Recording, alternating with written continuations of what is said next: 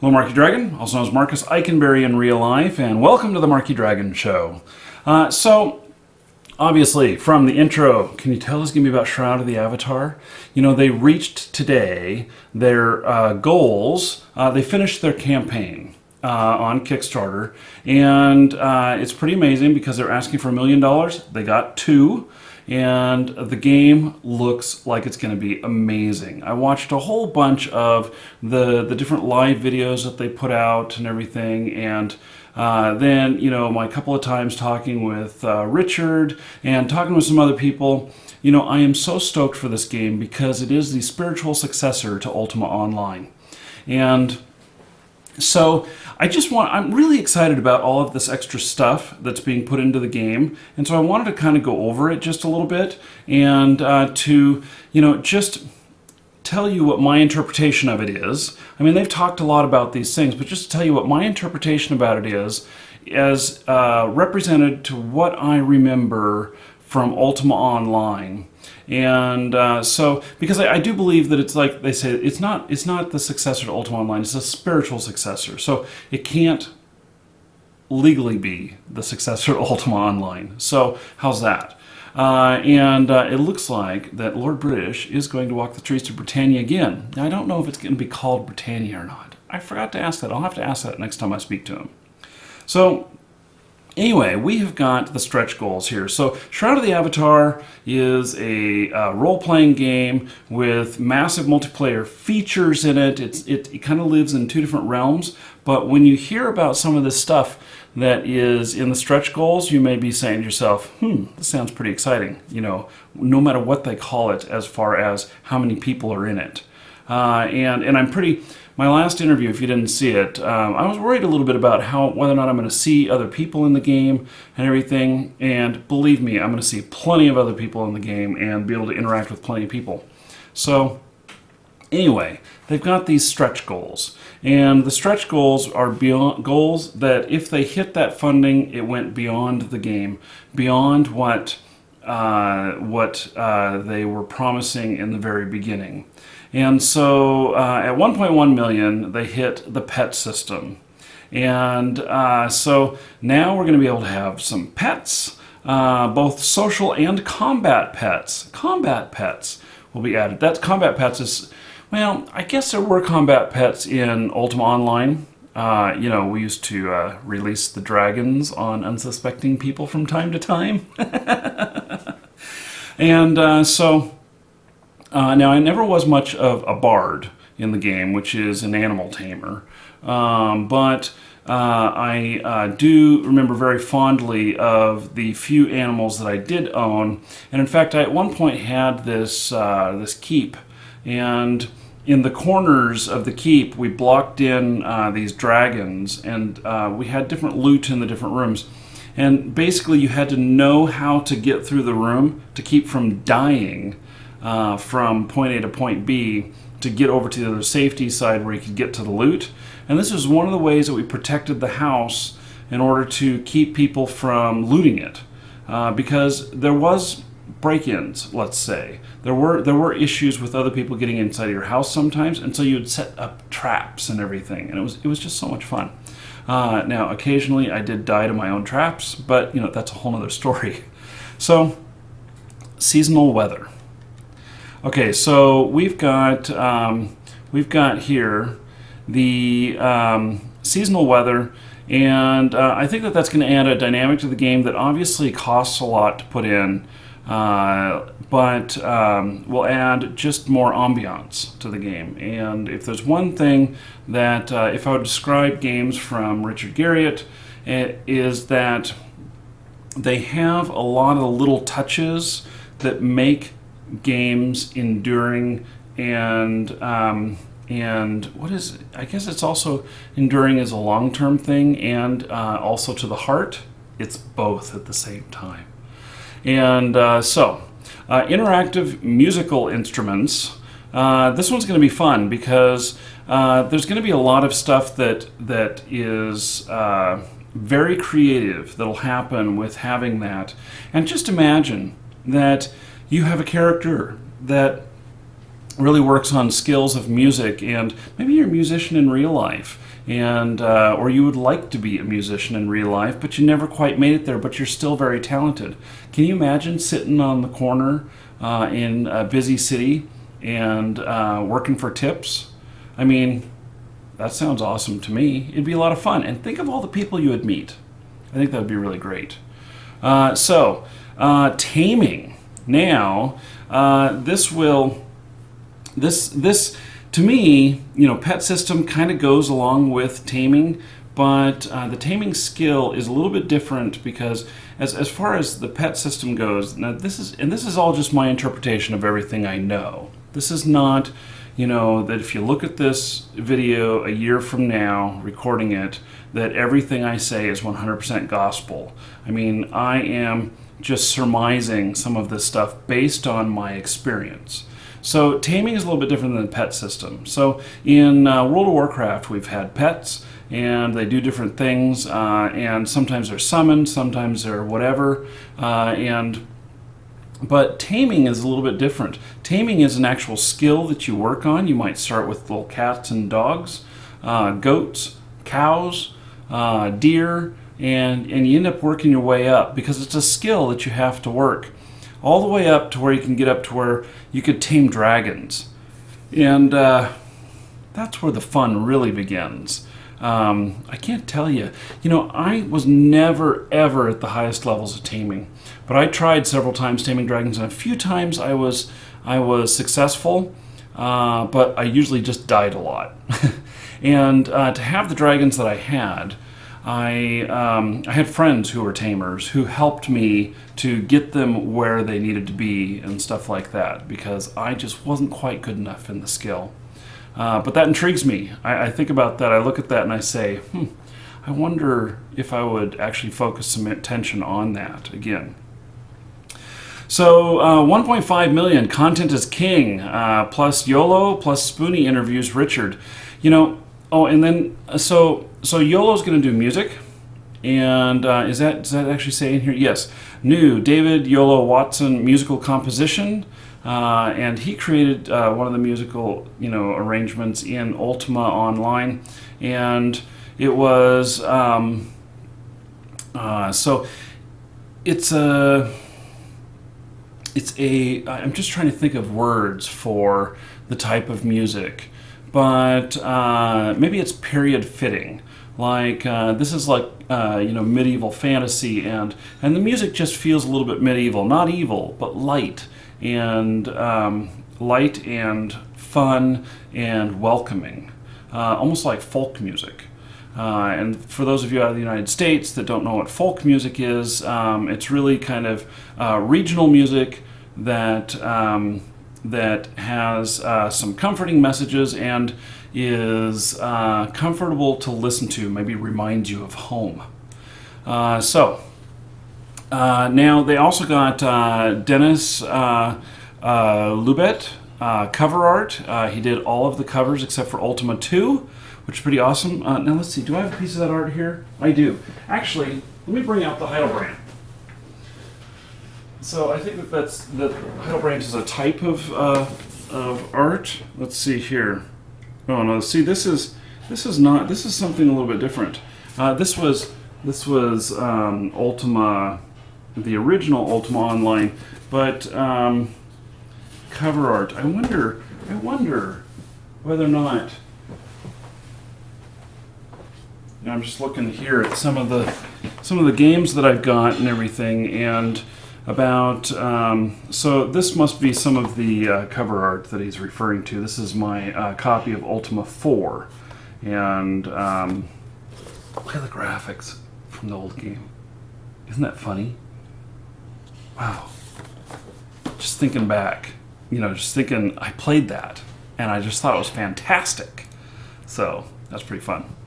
Okay, so Spoonie is going to do an interview or a roast with Lord British, and then there are 20 additional unique scenes, including scene sets that are going to be done, and starting content doubles in size. That's a pretty big deal. that the content that we start with is actually going to be twice the size of what it was before. So 1.6 million shipping lanes are open for business, and new island content set and soundtrack. A new mysterious island will be in the game. Ports with boats that run on schedules to transport players beyond areas to areas beyond the mainland. Safety is not guaranteed. That's going to be so fun getting attacked out there, whether it be pirates or giant squid or whatever. So transatlantic shipping lanes open the way for localization to other languages. So it looks like we're going to get multiple languages right from the start. You know, there was something really interesting in Ultima Online when it came out. It had an actual, it had systrans in it. And when you would type something, it would translate it into other languages. And so if you were German and you typed something in German, it would try and translate it into English and vice versa. And I don't know how well it actually worked, but it did allow for some of the first communications that we had between different languages, but we were all speaking the same language, kind of. And it was quite interesting. So I don't know the whole dynamics of how it worked behind the scenes, but it always intrigued me. So now 1.7 million, there's the dynamic and contested resource nodes and optional minimap system. So meteorites, that's going to be so awesome. Volcanic eruptions, outbreak of rare plants and animals can appear and vanish suddenly, online and offline. For those who are paying attention, some PvP-focused resources appear in tile. I don't know what in tile means. Optional minimap system for the directionally impaired. Yeah, well, I'll use it from time to time, most definitely. The Lost Vale, a new mini-adventure centered around the Lost Valley, previously hidden to players, now visible only during special astronomical alignments. So we're going to have to pay attention to the moon and the stars and all of that in order to gain access to that. So 1.8 million, I can't believe we hit all of these. It's really actually pretty incredible, all of this stuff that is going to happen for the game at launch. So 1.8 million, Tracy Hickman novel, Catacombs, Apprentice System, and Cloaks. Serialized novel by Tracy Hickman as a prequel to the Shroud of the Avatar storyline, distributed in digital form to all pledge tiers, and printed versions to higher pledges. So you're going to get a book that's going to give you some of the backstory and everything on, letting you know, some of the history, the legend, the lore, and everything. Be pretty cool. Massive interconnected underworld with a story and ecology all its own. That was one of the great things about Ultima, the standalone player games, was the whole underworld. There was a whole quests that you did in the underworld, and it really was a different place. It was kind of like, if you haven't played and been to the underworld, and that's where gargoyles lived, by the way, and if you haven't been to the underworld in an Ultima game, you can compare it to Minecraft Nether. And so it's just that it's where you're transported to, it's like deep underground and everything, and you may find your way in through a cave, or you may have to enter through a dungeon or something like that to get down in there. And so I look forward to that, because it just sounds like so much more content that we're going to get. And let's see here. Apprentice System allows players with master level skills to help lower skill players advance more quickly. We had counselors in Ultima Online. They wore blue robes, and you could ask them for help. They would guide you and stuff. They wouldn't do things for you. You couldn't get extra skill from them, but they were an assistance type thing, and they were volunteer players. There were players who were volunteers who just liked to help. And you know what this does? That actually makes it so that it'll be good to team up with somebody who's a master skill level, because not only are you able to, your character is able to learn more, but you are able to learn more because you're talking with them, conversing with them, and everything. And I think that'll be pretty neat. Cloaks with full cloth simulation, including being infected by wind. That could look pretty cool. We never had that. We had cloaks, but there was this whole campaign in Ultima Online of cloaks being gay. And so they'd be like, oh, you're so gay. And it wasn't necessarily like sexual orientation, but it was talking about really, they were just ribbing on you for wearing a cloak all, around. It was like it was not manly or something like that. And so now me, I wore a cloak around all the time anyway. I just enjoyed watching the cape, flow behind me as I ran. So, okay. Now we hit 1.9 million. The world is a stage. Garrett has talked about this a bunch, about the theater building and everything, the whole idea of theater.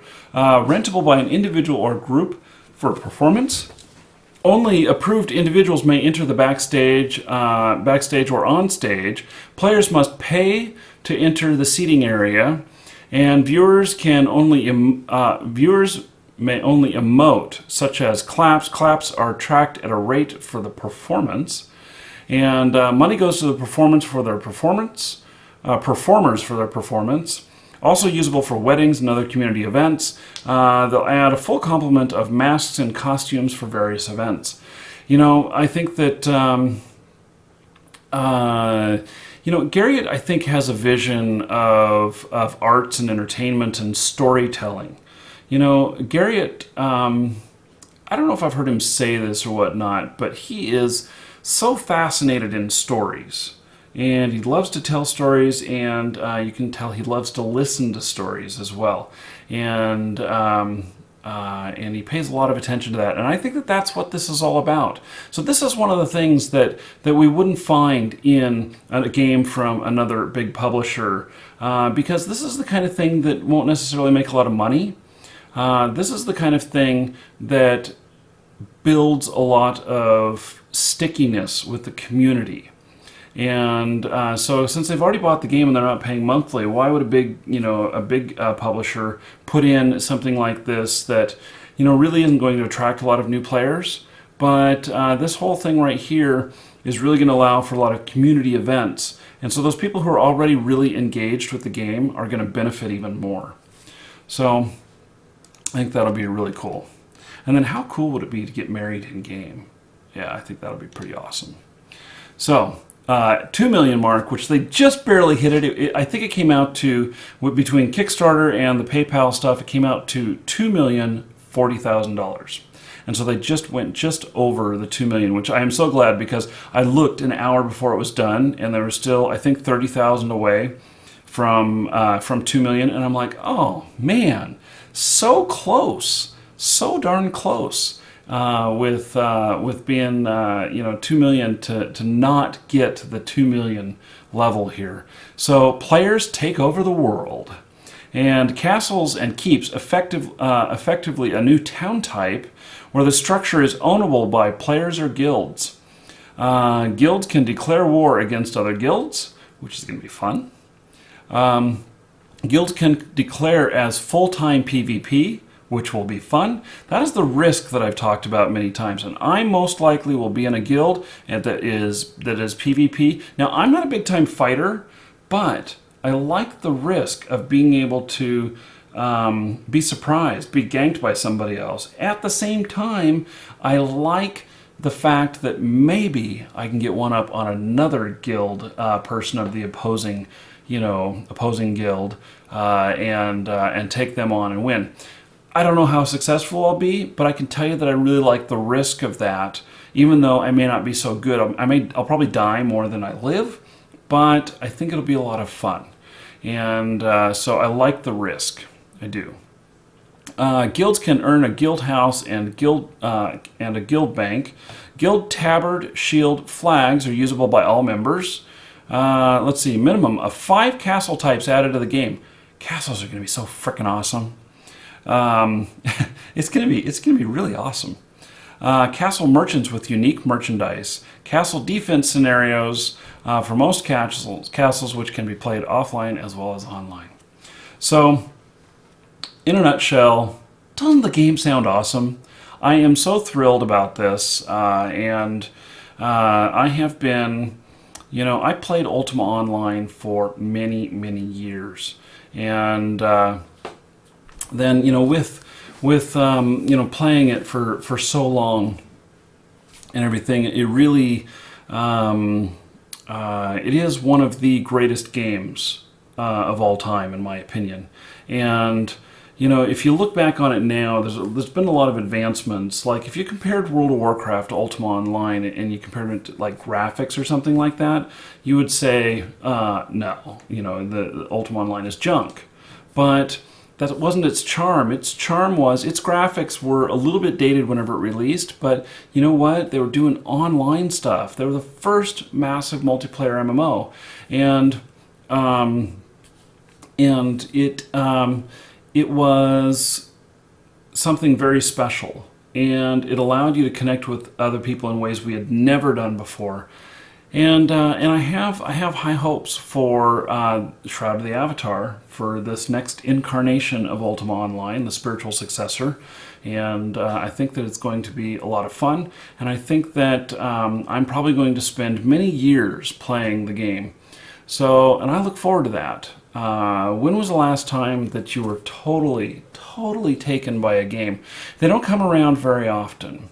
And here's how rare they are. So for me, it was Ultima Online, and then it was World of Warcraft, and then I know you guys are going to give me all kinds of hate over this, and then it was War Z. And so you can see it for obvious reasons for UO and for WoW, and for War Z. It's just something that's really stickiness about it, something that I just really enjoy. And maybe I need to throw World of Tanks in there too, because I have played a lot of that and I enjoy it, even playing it today. So, it's just, and the second two are not about community. The first two, Ultima Online and World of Warcraft, they were heavy community. Did a lot of stuff with community, but World of Warcraft never reached the same greatness that Ultima Online did in the fact of community, because they never implemented housing like they promised us in the beginning. They said that the very first update was going to have housing, and then they never did it. And I don't know why they scrapped that, but maybe it was a financial decision. And that's not to knock WoW. It's been very successful, but it was lacking. It was lacking that cement in the community, and so one of the things that Richard's talked about, there's two things which are really fascinating about Shroud of the Avatar, which is that one, we are going to have the player housing. It's going to be a big part of the game. It's going to be a big part of communities and where we hang out and who we see and everything. And then there's a second part. So. An Ultima Online successor without housing wouldn't be an Ultima Online successor. It really wouldn't be. And so that I'm very thankful for. Nobody has done it right since then, since Ultima Online, in my opinion. At least not on a big scale. And when I say big scale, let me tell you why it matters. Because have you heard Richard talk about how single player RPGs, you had so many people playing them, and then you had the MMO where we had a couple 100,000 people playing, maybe up to like 10 million, 15 million. Actually, there's been some Korean ones that have gotten even higher than that, but in the United States, it hasn't. And the next thing, okay, so now if you take that, and what's the next level? Well, next level is Farmville, actually. And, how many people have played Farmville? Over 100 million? Something like that? Well, what if this game right here not only is an MMO, but it has the popularity of Farmville? And so, we think about this in terms of scale, of size and everything, and so Farmville is really like 10 times larger than World of Warcraft, and World of Warcraft has been king for quite a while. And so if he's right, and if the marriage of all this comes together, then we could see you know, 100 million people playing this game. I know it sounds really incredible and everything, but wouldn't it be wonderful if that happened? Think of all the diversity. There's a couple of things to think of with that. One is that the diversity of it is that all of these different cultures and people in there, and all of these different people who are of different economic status, of different education levels and everything, and we're all in there together. You know, we end up with some groupings and stuff, and if the game is that successful, it's probably making more money, which probably makes all of us more content, which turns around and makes the game more fabulous for all of us. So I think that that's something that that I hope for. I hope it has the success that he's looking for. No matter what, it's going to be successful. I just know it. I have faith in that. But I hope that it has this mega success that that he's looking for. And I, for one, will be a supporter and will help spread the word. I'll be an evangelist for Shroud of the Avatar. So, okay, that's it for today, everybody. Thanks for watching. I'm Marky Dragon. Take care.